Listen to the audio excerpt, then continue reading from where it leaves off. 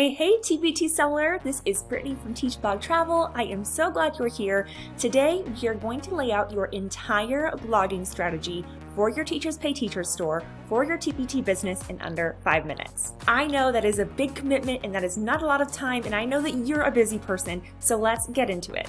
Okay, my promise was in under 5 minutes, so let's get into it.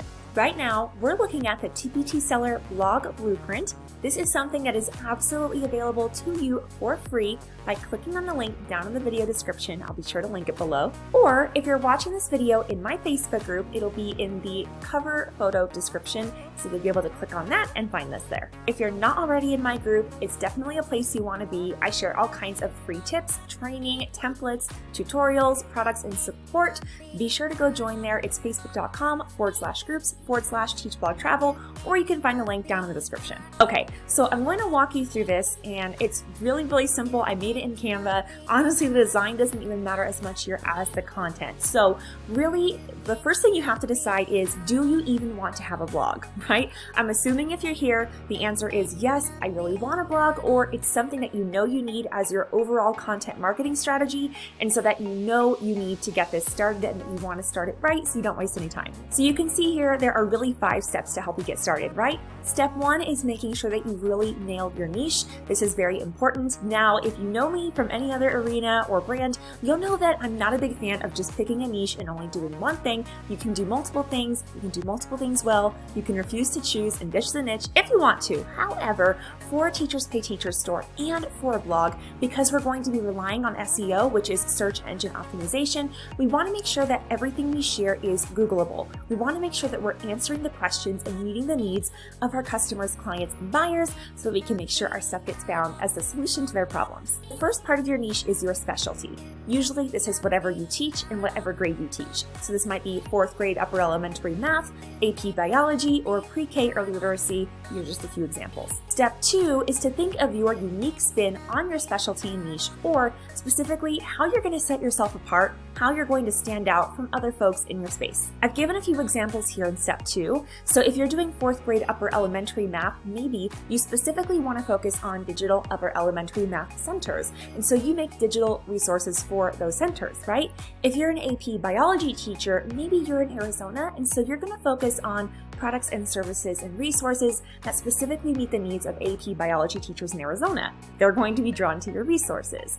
Or if you're pre-K early literacy, maybe you're specifically going to focus on, for your blogging or Teachers Pay Teachers store, phonics games, which is a whole thing in itself. Now, I'm going to encourage you to not spend too much time here because you can get sucked into the niche for years. Just pick what you already know, what you enjoy, maybe what you've already created products and services in, and then go from there. From there, you're going to want to pick your content pillars. These are going to be the content pillars of your overall brand and store for your blog. It's usually 3 to 5 main topics. So if we were doing 4th grade upper elementary digital math centers, you might do one on tools and technology that you need. You might do one on actual activities that you do in the centers.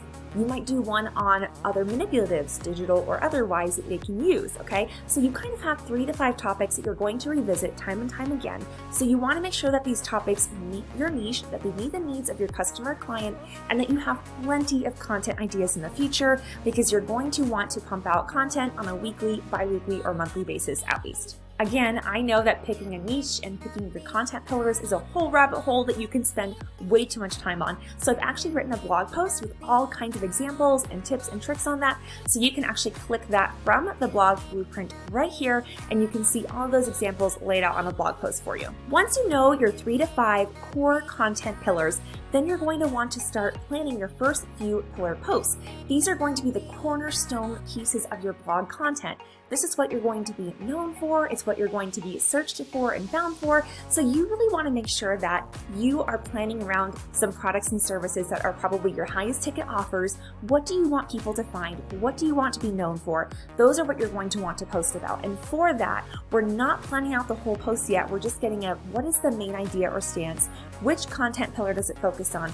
And maybe what is the featured photo that you're going to use? We're not writing out our whole post yet. We will in a second. And then I know this is sounding way more simple than it probably is. If you haven't written a blog post before, it can be kind of a beast, right? But then once you know your pillar topics, once you've planned out your first 9 to 10 to 15 posts. Now remember, planning doesn't mean writing all of those out. You're just figuring out, okay, generally, what am I going to be talking about?